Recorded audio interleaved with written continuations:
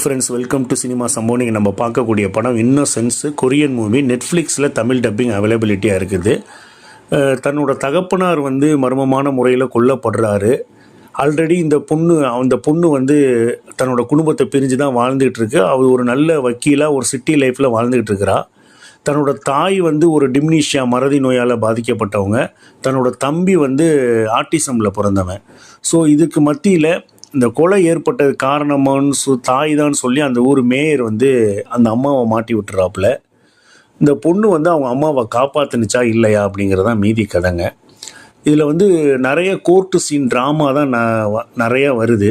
But ஆனால் நமக்கு எங்கேயுமே போர் அடிக்கலை. இது கிட்டத்தட்ட ஒரு த்ரில்லர் மூவி மாதிரி நமக்கு ரொம்ப இன்ட்ரெஸ்டிங்காக இருக்குது. காரணம் என்னென்னா அந்த இன்வெஸ்டிகேஷன் தான். அந்த இன்வெஸ்டிகேஷன் ரொம்ப யதார்த்தத்தோடையும் இயல்போடையும் ஒத்து போகுது. அதனால் இந்த படம் நமக்கு பார்க்குறதுக்கு ரொம்ப சுவாரஸ்யமாகவும் நிறைய சென்டிமெண்ட்டு கலந்தும் போரே இல்லாமல் ஒரு கொரியனில் ஒரு தமிழ் படம் பார்த்த ஒரு திருப்தி நமக்கு கிடைக்குதுங்க. அதில் கண்டிப்பாக மிஸ் பண்ணாமல் பாருங்கள். ஓடிடியில் அவைலபிலிட்டியாக இருக்குது.